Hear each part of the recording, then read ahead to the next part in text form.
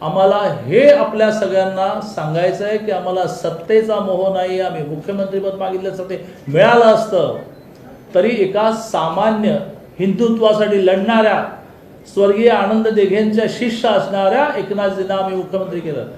महाराष्ट्राला आश्चर्य वाटलं. भारतीय जनता पार्टीची कार्यपद्धती अशी आहे की देवेंद्रजी माईकवरून घोषित होईल करेपर्यंत हा आमच्या 5 जणांव्यतिरिक्त 6व्या माणसाला माहीत नाही.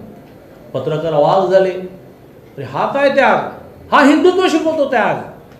त्यागामध्ये आनंद मानणं हिंदुत्व शिकवतं आणि त्यामुळेच सावरकरांसारखी माणसं होऊन गेली की ज्यांच्या घरादाराला उद्ध्वस्त केलं गेलं.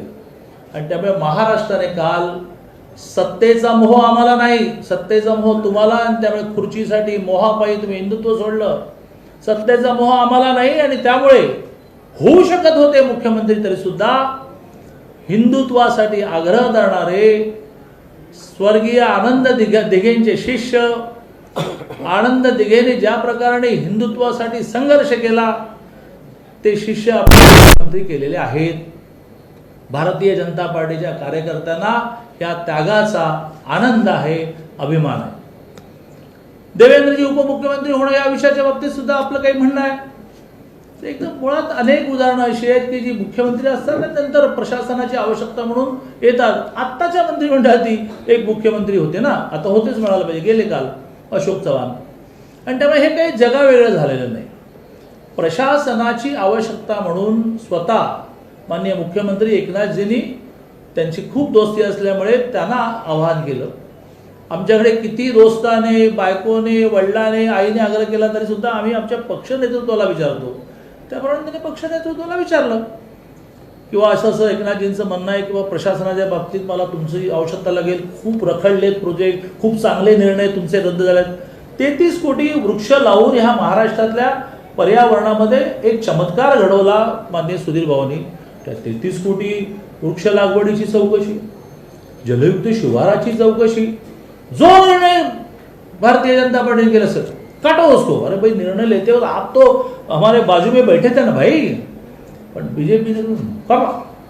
आणि त्यामुळे एकनाथजींनी पण आग्रह धरला. देवेंद्रजीने आमची कार्यपद्धती म्हणून आमच्या नेतृत्वाला विचारलं, नेतृत्वाने परवानगी दिली, काही चुकीचं नाही.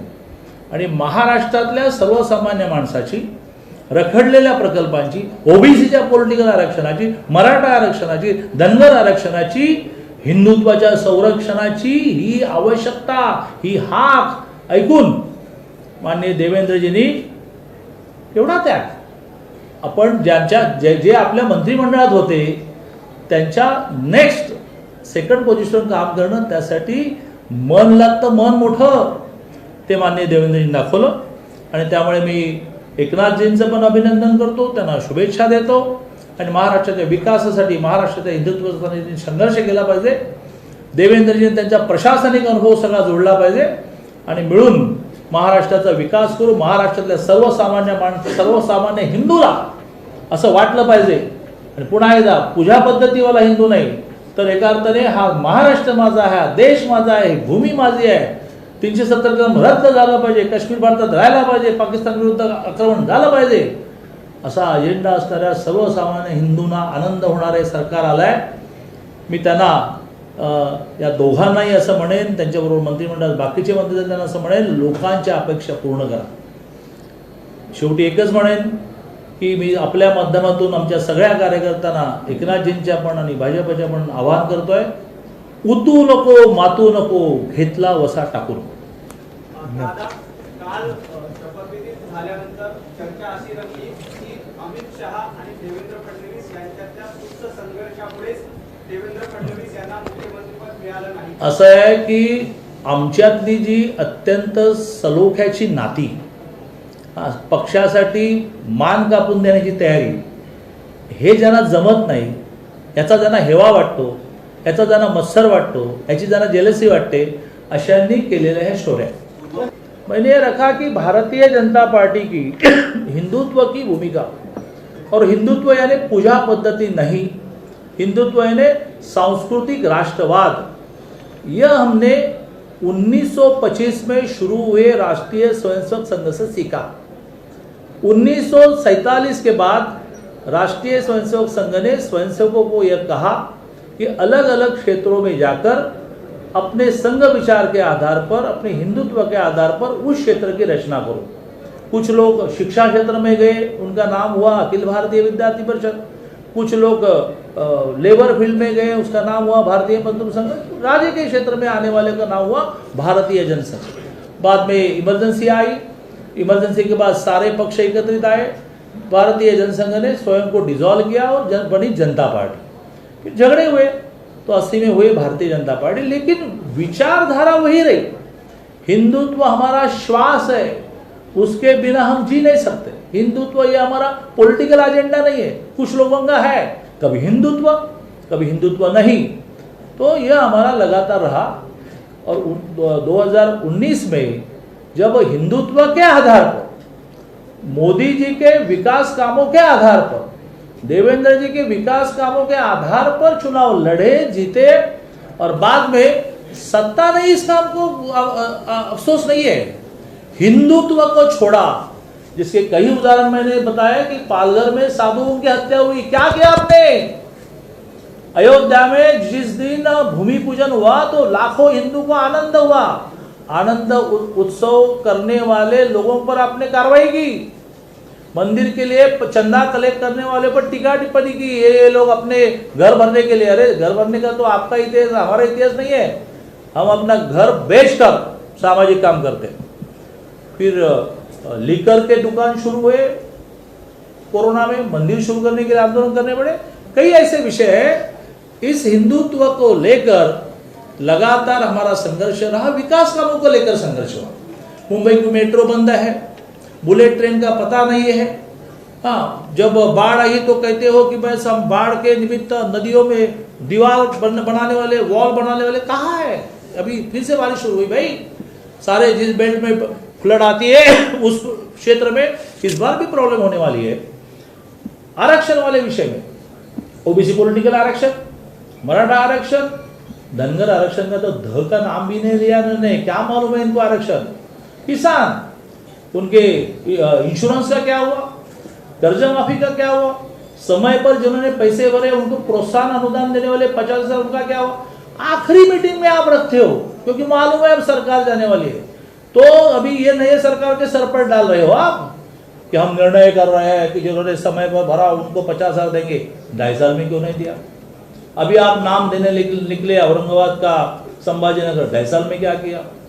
फिर आप निकले उस्मानाबाद को धाराशिव नाम देने का, 2.5 साल में क्या हुआ? ये सारे पॉलिटिकल डिसीजन आपने आखिरी मीटिंग में गए।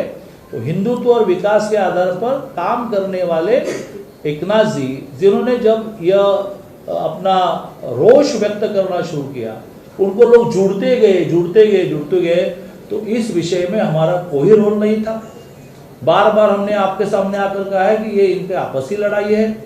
फिर जब ये स्थिति आई कि अब सरकार गिरेगी, तो बार बार हमें बता रहे थे कि यह अंतर्गत संघर्षों से गिरेगी, फिर वैक्यूम क्रिएट होगा, तो वैक्यूम फिलअप करने के लिए तब हम देखेंगे क्या करना है। तो वैक्यूम क्रिएट हुआ, सरकार बनी। लेकिन त्याग क्या होता है? हिंदू संस्कृति त्याग सिखाती है। त्याग ये होता है कि 113 अपने एमएलए होने के बावजूद भी एकनाथ जी जैसे, अभी तो आज उद्धव जी ने कहा ये शिवसैनिक नहीं है, अरे वो शिवसैनिक नहीं है, बहुत दिन के बाद पता चला आपको कि शायद बचपन से ही शिवसैनिक है।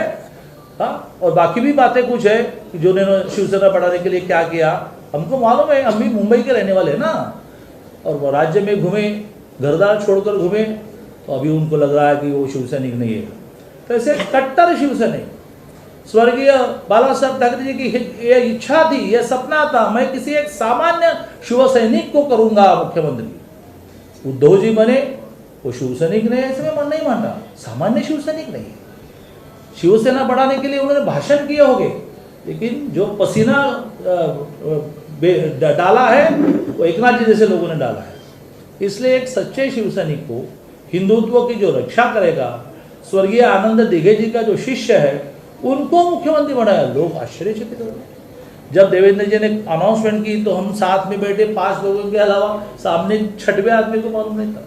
इसको कहते हैं त्याग। देवेंद्र जी उप मुख्यमंत्री क्यों बने? तो कोई ये नया नहीं है, अभी अशोक राव चौहान थे, कितनी बड़ी लिस्ट है। और ये तो उप मुख्यमंत्री बने, तो पीडब्ल्यूडी मिनिस्टर बने, तो पीडब्ल्यूडी मिनिस्टर मेरे पास भी थी, तो मुख्यमंत्री बने और पीडब्ल्यूडी मिनिस्टर रहे। कैसे? तो जरा बड़ा डिपार्टमेंट मांगना चाहिए था, अपने पक्ष में ही आने वाला रेवेन्यू कम से कम मांगने वाला था। तो ये डिप्यूटी सीएम बने, जब एकनाथ जी ने कहा अरे भाई इतनी बड़ी जिम्मेवारी मुझ पर दे रहे हो, तो प्रशासनिक अनुभव के लिए आप मेरे साथ चाहिए। देवेंद्र जी ने हमारे नेतृत्व को पूछा, नेतृत्व ने हाँ कहा। ये लोगों की डिमांड थी, ये सर्वसामान्य आदमी की इच्छा थी कि ये सरकार ठीक चले, देवेंद्र जी आपने रहना चाहिए।